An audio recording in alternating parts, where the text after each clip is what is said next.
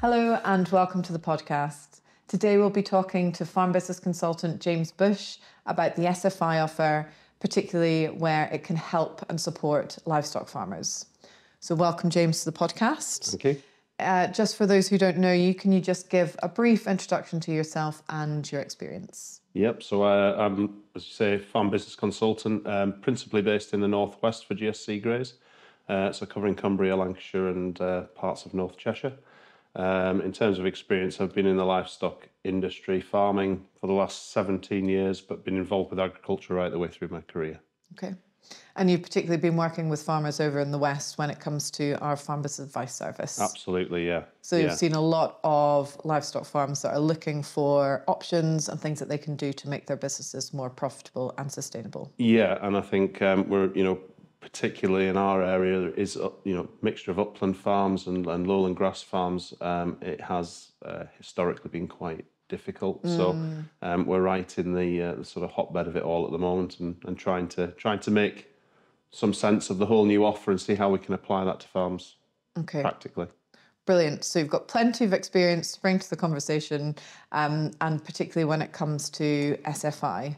Now, for those who are, a lot of people have been hearing a lot of information about SFI, thinking about how can it be brought in to replace the BPS payment.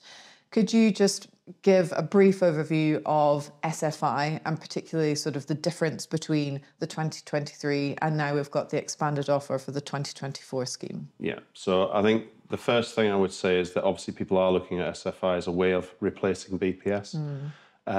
Whilst in the short term that is the goal. I think there's a wider piece to that as well, so we won't go into too much depth just at this moment, but using SFI as a way to transition away from BPS is the right thing to do. In terms of the 2024 offer versus what we had in 2023, there is a lot more opportunity there, a lot more actions that have come forward, and more for us to be able to use at every level of farm. So whether it be on the hill or right down to the lowland grassland or in the dairy systems, there are a lot of opportunities there.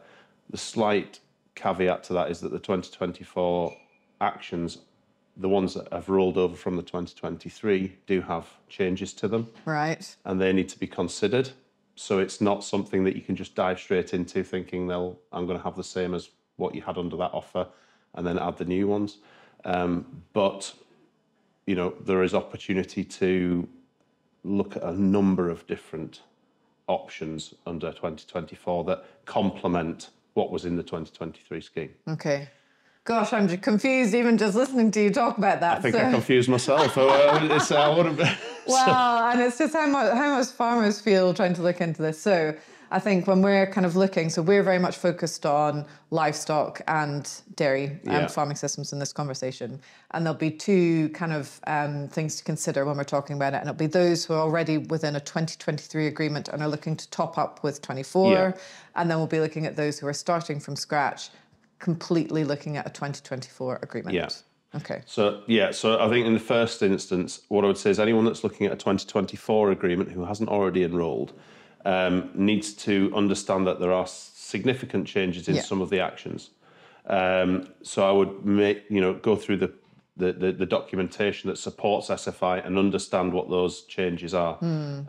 Specifically, we talk about on grasslands, we're limited options in terms of what you can do.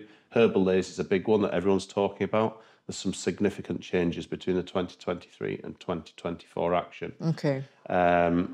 Particularly in terms of the ability to rotate it around the farm and the ability to increase or decrease the area that you've committed to. So that's the first point, is understand how those base actions have changed. In terms of those looking at the 2023 and then how they can add to it with the 2024, there are a number of things that have come in there. Boundary options that weren't there before. In terms of grazing, actually taking livestock off land over the winter and autumn months to help with water quality. All stuff that should be stackable alongside other actions in the 2023 scheme. Interestingly, there is a tool online that lets you look at the actions and understand what they will actually sit alongside. Okay. So you can look at that before you have to go as far as an application. So yeah, like I say, a lot of opportunity, a lot of information to digest. And it's, it will take some time. Okay. Yeah. Okay. Right. So for livestock farmers then, I think sort of one of the things I want to say as well is stacking means combining multiple actions on the same piece of land. Yeah. Just for clarification for those who are listening. So then thinking specifically about livestock farmers for the 2024 offer, the new expanded offer, if they're starting from scratch, what are the key points for them to consider when they're looking at, should I be thinking about SFI, and then what parts of it would be best suited to my farm? Yeah, so I mean, the key points to consider are, firstly, we look at the payment rates, and the payment rates all look very rosy. They're a headline number. In reality, we need to be looking at the gross margin, what they're going to add to the farm after the costs of actually implementing those actions are. So that's a key part of it. The other thing I would consider is not changing the management practices on the farm entirely to accommodate SFI. Right. What we're trying to do is slot this around the farming operation. It's a 3-year scheme. There are some 5-year actions in there as well, but in reality, we know that that's how long we have the money for. So we don't want to be wholly changing everything we're doing. We want to complement what we're doing. So that needs to be considered. Arguably, we should be treating it as its own enterprise. So if we are making a change to the land or the actions within that we're applying to the land, we should be treating that as its own enterprise. What costs are associated with it over the life of the scheme, and make sure that we still have a viable output at the end of it. If we don't, if there's too many management limitations there, then we need to be considering other means or other ways to deal with it. Okay. So, I would take the time to understand exactly what's involved and what that would mean to the management.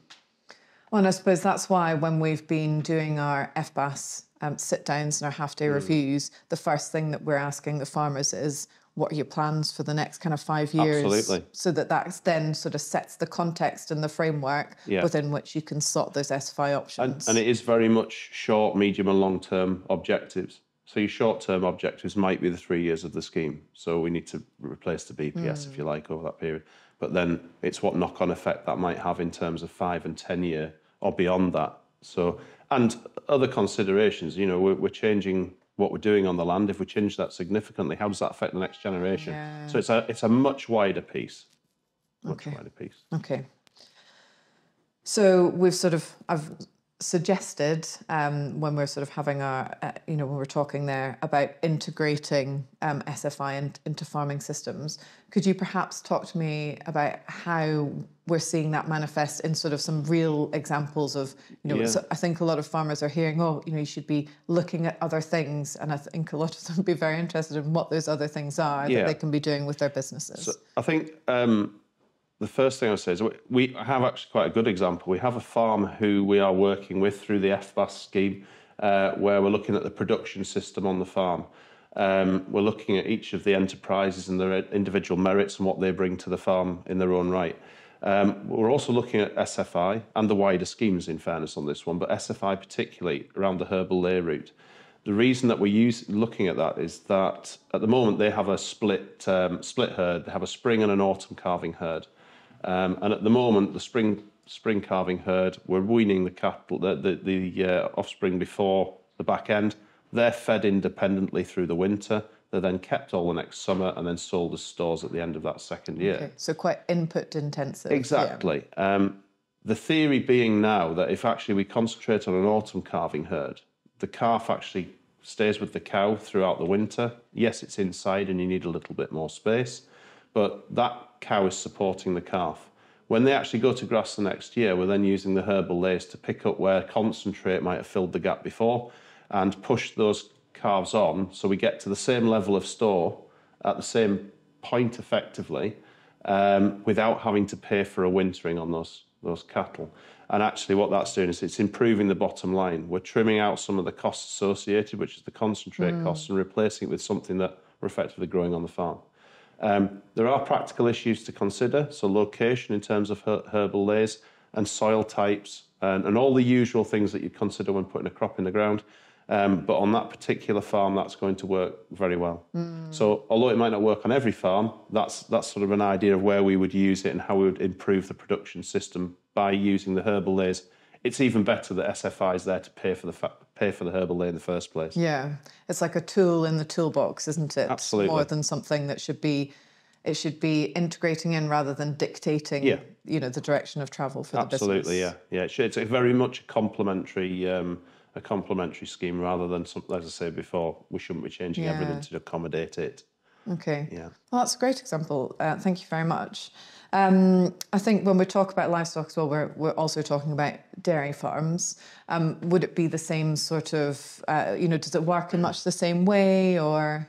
I think every farm has its own merits. So dairy farms are slightly different in as much as the way that they use the grass and the way that they stock the ground. So whether they're sending the cattle out to graze or whether they're bringing everything to them in the shed. So it comes down to the management system.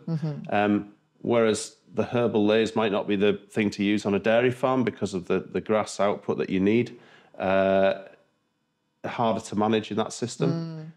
It might be that we look at the options that are now available through removing the stock through autumn and winter. So naturally, as a livestock enterprise, you will be taking that stock off the ground and you won't be turning them out till May time. So you might be coming off in early October and sending them off in, putting them back on in May. That would cover that same period that's required under the SFI, under that action. Okay. So it's making the actions fit around the management system. Okay. Unless there's a real need to consider what we're doing in the management. Right. And then we would apply a different approach. Okay.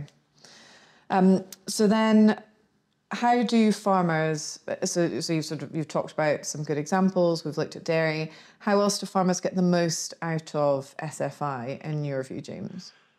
I think there's a lot of information there. And there's, as I said, a lot of opportunity. I think the difficulty is how you then interpret that and how you then put it into an application that actually works for you. I would strongly suggest that taking some advice would be the way forward. You're getting people in who are dealing with it on a daily basis and actually can look at the relative merits of each action and how that'll fit around you. So to make the most of it, they really need to understand how that works, and taking some advice is definitely a thing to do. Again, it goes back to the first point I made. Don't change everything. Make sure that whatever you're doing under the SFI is adding value to what you're already doing. So the headline number might be replacing your BPS, but it's all the bits that go behind it. So making a business decision on it, I think, is the key point. Okay. Not just be driven by the payment rate. Headline, there's the headline figure, the payment rate, establishment cost, but then sort of the penalties, or kind of what happens if you don't manage to deliver. Go into it with the right intentions. Go into it actually expecting to deliver what's required under the actions. So if you go in, with their eyes open and understand exactly what's required, that's the key point to all of this. Okay. And when you're out on farm, what's the question that you're getting the most from farmers, who are kind of interested in these schemes? What are the things that they really want to know? It's always the same. How much am I going to get? and it very rarely deviates from that. So it is, how much is this going to bring me? Quite understandably. And that is absolutely understandable. And again, how much is it going to bring you? But actually, how much value is it going to add? I think are maybe two different questions, and that's where we have to sort of highlight the relative benefits of it all. So that's where we would sit there and work it through and work up a gross margin for each of these little actions to say, look, this is what it's going to cost you to do it, but actually it's going to return you more. Yeah. So it's making sure that we address it properly. And quite often in these conversations that I have, and it's a recurring theme, it's like understanding your costs and then what your profit margin's going to be. Yeah. There's a really kind of obvious first step basic exercise for farmers to go through insofar as I can see. And I think, understanding the costs and the margin with SFI and understanding what your costs and your margin are with what you're already doing. Absolutely. So you're taking an area out of a certain management system or level of production, is understanding what you're returning off the alternative. So if SFI doesn't return more than what you're actually doing with it in the first place, is it the right thing to be doing? So that's not to put anyone off doing it, but it means, go into it and make it as a business decision. Yeah. So, very much. Okay. Well, those seem like pretty wise words to end on. Is there anything else you'd like to add, James, or...? Like I said, I think the key thing is there is funding out there to help you go through the process. even within SFI, there are management payments within the scheme that allow you to take advice. I would say take that advice and make the most of the SFI scheme. Okay. Thank you so much for joining us. Quite all right. We will be looking at SFI across the sectors in more depth in our series of podcasts looking at the SFI 2024 expanded offer. If you head over to our YouTube or Spotify channels, you'll find the rest of the series there. Thank you very much for listening. I'll see